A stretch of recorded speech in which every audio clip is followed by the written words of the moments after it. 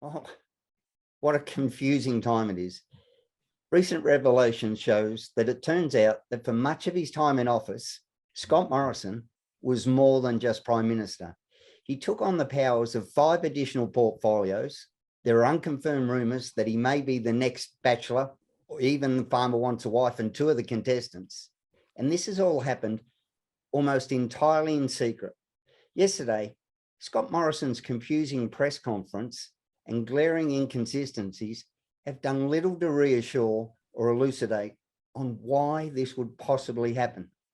Joining us on The Informed today to discuss it is victims of crime advocate John Heron and author of Blood-Soaked Soil, Mario Beeks.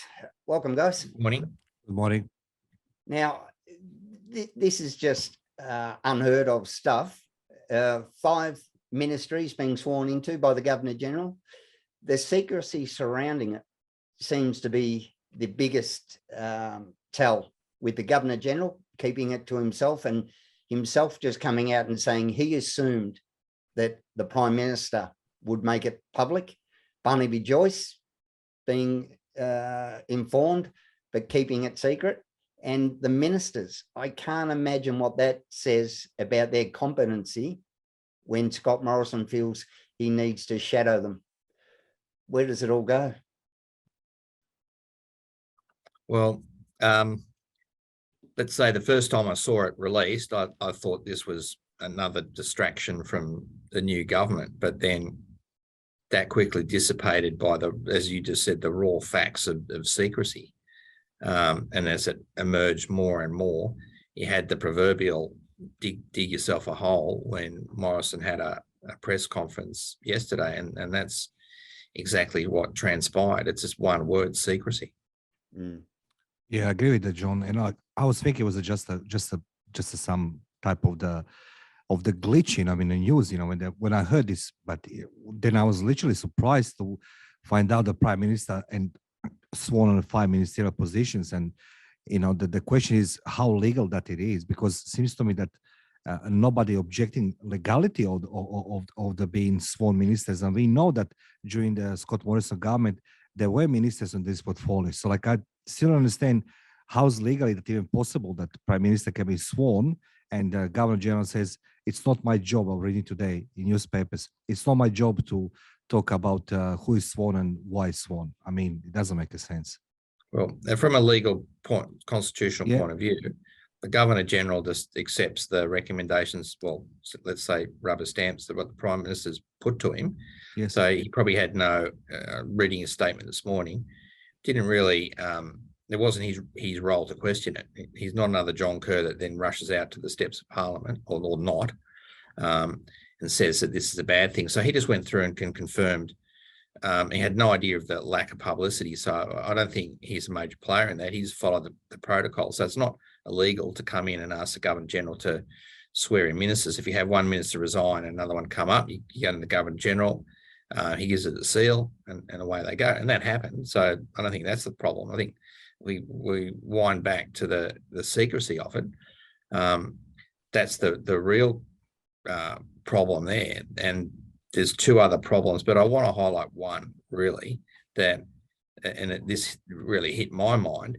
It's an example of how the Morrison government addressed the pandemic. We're very easy to stick the boot into Victoria and Queensland and perhaps some other states in how they managed it, but that was his game plan. So no wonder the ship was riding keel up when the pandemic came along, because it started with the federal governments, again, lack of vaccines, letting the premiers do what they want, et cetera, all that type of thing that wasn't evident in any other country, even Canada, and that's saying something.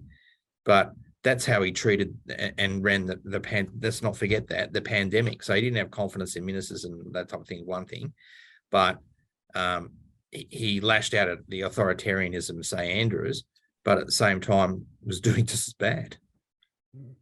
Yeah, that's correct, Johnny. I agree on that one, because now we can see why Australia was a different, from many other countries when it comes to pandemic. Maybe he didn't like what the ministers they're thinking and they wanted, So he put the foot on. But again, that's a dual parallel, how to say, hierarchy of the power. This is for me unknown. So like, what was the case if minister decide one thing, he overruled and write different legislations. This is what I'm confused. If the ministers decide one thing and then he can overrule them because he's sworn secretly on that portfolio. This is It's a bit like the last days of Constantinople. So there's Byzantine plots here and there and around every corner. That again, how is he going to address this? Well, I'll keep these ministers sidelined. I won't tell them. There's that lack of information, and he managed to keep a lid on it. It's probably surprising, and actually credit to Albo very for surprising, uncovering it and surprising. rolling it out there so that we can all see it, forcing Morrison to bubble up in a press conference, and even then he couldn't justify it. So, I mean, we'll swirl around with all these plots that are going around Canberra. And again, the other thing that comes to my mind is the dearth of leadership across the entire country, and that goes for the experience of them, and as Mario alluded to, the ability to make decisions in difficult times. Right, that's absence in both of these parties completely.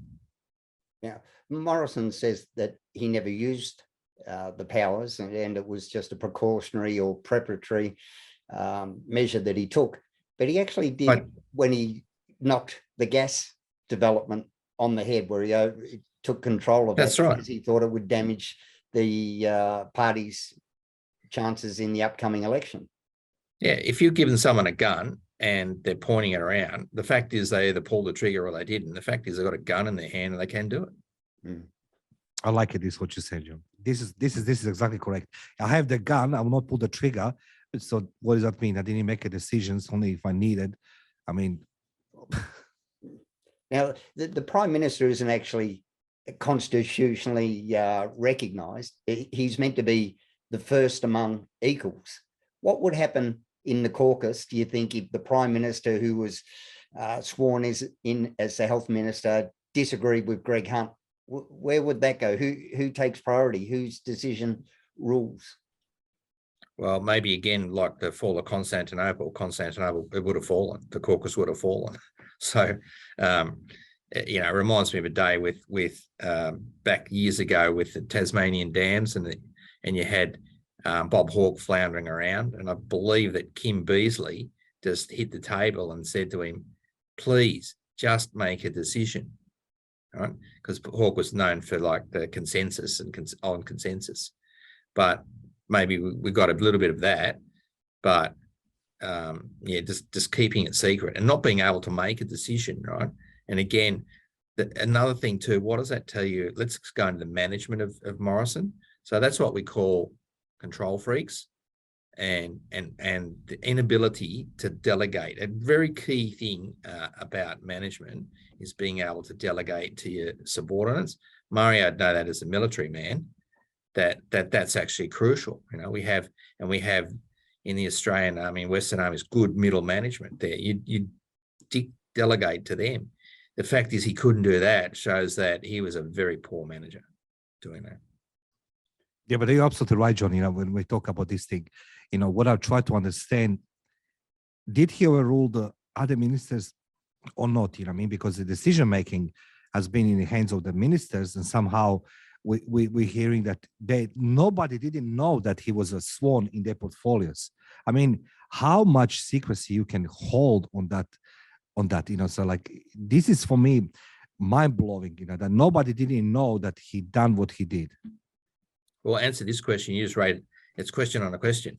So yes, are we please. still any wiser now? Do we know actually why it happened? The fact is we don't know that even now after a press conference, and that's really worrying too. Which can be used in the future as well. It reminds me at the moment of that meme where Homer Simpson slowly drifting backwards into the hedge, and that's the distance between them.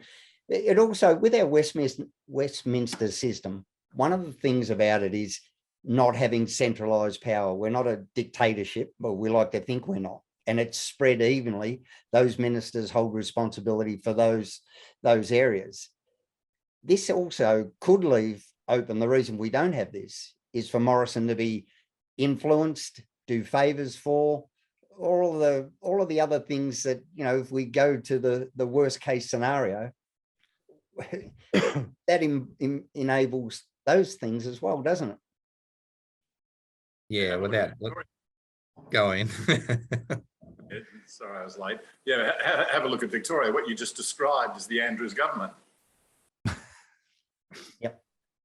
That's, I was going to get to that, try and draw that parallel as well. The main difference is Andrews feels emboldened and completely at ease in doing it in plain sight. When you look at the pandemic law bills, where health minister, doesn't matter, it's up to him. Chief health officer, doesn't matter, up to him. Everything comes down to Andrews to make the decision. So exactly the same as what Morrison did, but without the secrecy. Well, So which that's one do you it. prefer more, secrecy or no secrecy? No secrecy about Andrews, apart from the length that Andrews has gone to obfuscate and hide the reasons why the decisions are made. We've seen the chief information officer come out damning. We've seen the ombudsman come out damning of the lengths and efforts that Andrews has put into keeping the information that he based his decisions on secret. So there is the secrecy. He's put his hand up and said, I'm going to do this, and I am not going to explain why. I think the word accountability lost the importance and the seriousness of that word accountability, because what is proved in both cases, either with the ex-prime minister or with Daniel Andrews, that doesn't matter what we believe or should be done legally. When the people take that opportunity to grab the power and control, you know, decision making on behalf of ministers or any other key players in the government, you know, the question is, where's accountability? What that means, that I can come to the John and say, I'm sorry, John, you know, like I take full responsibility for, you know, stealing all Ian Cook food, but you know, that's it about, you know what I mean? I'll not be punished. Yeah. This is where I'm heading, you know what I mean? Everybody loves to say, I take responsibility, I'm accountable, I'm this and that, but we can see it in recent events, past 2 years, that word accountability, responsibility means really nothing, literally nothing. In politics, nothing. I think the difference there is that with Morrison, yes, it was secret. What's come out is that he did it, but we haven't seen whether he took advantage of that power or used it. So we don't know if there was, you know, if he got a benefit, if you like, from that. And in terms of accountability, if it had come out and he was in power, you'd expect him to resign. As it is, he's lost his job anyway. So the public, one way or another, have made him accountable, even though we didn't know it. The difference with Daniel Andrews is he's taken advantage of all these things. His power and his ability to bat things back. And like you say, I'll take responsibility, but I'm actually not. I'm just going to use the words. You know, with the words. So the $13 million that the Auditor General said that he spent that was illegal, apparently that was just an opinion. That's the Auditor General. I mean, that sort of thing. And then red shirts, well, we'll just pay the money back. I reckon there'd be a few armed robbers who wish they could have just paid the money back and avoided the 12 years jail. Oh, I love it how he said this, Ian. The worrying thing too, the fallout here, is that we keep using that in Australian politics, the term, but they do it too, right? So straight away, what you can see this emerging is if you could hear the Labor caucus probably say, well, let's have a shot at this. You know, they're very emboldened with draconian rules and measures, etc., as we've seen, but it could potentially lead. They're not the party that turns around and go, we're squeaky clean. Look at him over there. It is, well, they did it. If we get caught doing it, well, they did it. That's it. You know what, John? When we have people, even like Ryan, when he comes on, you know, and they don't like the rise of the independents, the problem is that there is a growing section of the electorate that is sitting there saying, a pox on both your houses. I'm going to vote for an independent. I'm going to vote for someone new or someone who I believe isn't corrupted by a party machinery, whichever side of politics. Now, personally, I think that there are more straight people on the conservative side of politics than on the left. The problem I have with the left isn't that, in fact, the ideals of the Labor Party, looking after the vulnerable, helping the workers, I don't have any problem at all with all of that, and I agree with heaps of it. What I disagree with is the control that the leader and the caucus has. If you say anything against their ideas, you're out. If you happen to speak publicly about it, not only are you're out, ostracised, and punished in any way they can think of. Yeah, that's right. I think, look, a lesson I saw from the last election was the people really didn't have a lot of choice. So generally, that's a creeping situation in Australia where people tend to vote parties out. They're not voting good people in. It's been a long time anywhere that someone has gained power on a popular upswing because they were good, right? You might have had like a Kevin Rudd. He got an upswing because no one knew about him and he went under the radar, and then when he's in power, they found out what he was. But there's no one genuine. I can't think of anyone in decades, federal or state, federal election, people, I saw them at the polling booth, they didn't want to vote for anyone. If we had non-voluntary, if we had voluntary voting, more than half wouldn't have turned up for good reason. And the other thing too, preferential voting got this mob into power on 31%. Looming Victorian election, it's already emerging now, I can see, that people are going, I don't want to vote for Andrews and I don't want to vote for the other one either. We're absolutely dearth for choice, but the system we're locked into will ensure that one gets in or the other. And I'm sure 80% of the population that are not on government payrolls don't want that. No, I agree with you. And I think in Victoria, what we're going to see at this coming election is just that. It'll be, what people will be thinking about, the lesser of two evils. And if we didn't have preferential voting, it would be, in fact, if we didn't have preferential voting, Labor would struggle. Their primary vote's never as good as the Conservatives. They know that in their research that their vote would collapse, right? A little schism into that is at university elections, right? Where you get about 5 to 7% voting. So you get the left wing or the far left in, or the right in, but you don't get a mainstream because people don't turn up to vote, right? So look, there are certain authoritarian regimes where, like Pinochet, he might have ran an election. All people could do was boycott it, so that only 40-50% voted. Right? That's an interesting phenomenon. Would Australians do that? They're just not politically motivated, so they'll trudge along on election day. They don't even get a sausage sizzle now at the polling booths. But I'm a big fan of the preferential system, but what I'm not a fan of is the group voting system we have in Victoria. And there's a reason why Andrews refused to do the reform beforehand, because as John just said, they know exactly what's going to happen. But the preferential one is a good system, especially when it's compulsory. So you walk into the restaurant, you look up and go, I'll have the steak. The waitress will say, sorry, we don't have the steak. Fine, give me the schnitzel. Oh, sorry, we don't have the schnitzel. Oh, I'll go the toasted. Sorry, don't have the toasted sandwich. Oh, what about the soup? Yes, we have the soup. So your vote counts. So I mightn't get what I want, but at least I get some say in what I don't want. But this group voting ticket and the way that it's used is basically you walk into the restaurant and you say, I'll have the steak, and they deliver you a shit sandwich and they go, mate, bad luck, because you've got no control where your preference goes. The parties control it and they do horse trading. I'd say that with the prep having in the election, I noted that I might have preferenced one group. So I had the highest in my electorate where 80% preferences flowed to the Liberal Party, but there were other ones that did the same thing and only 50%. So people are not following that. They have to fill out the ticket. Just remember that we talked about the French election some time ago, right? So basically it's voluntary, and you go to the final preferential. But the point being, the Republicans, again, like the Liberal Party, they're on the nose. People didn't tick that box. So they had 5% of the vote, right? Now, if you had that last time around, you might have the Labor Party, even if it was like where it is now, you might have had them on 15% of the vote. Right? And so that's what people's vote counted in the French election.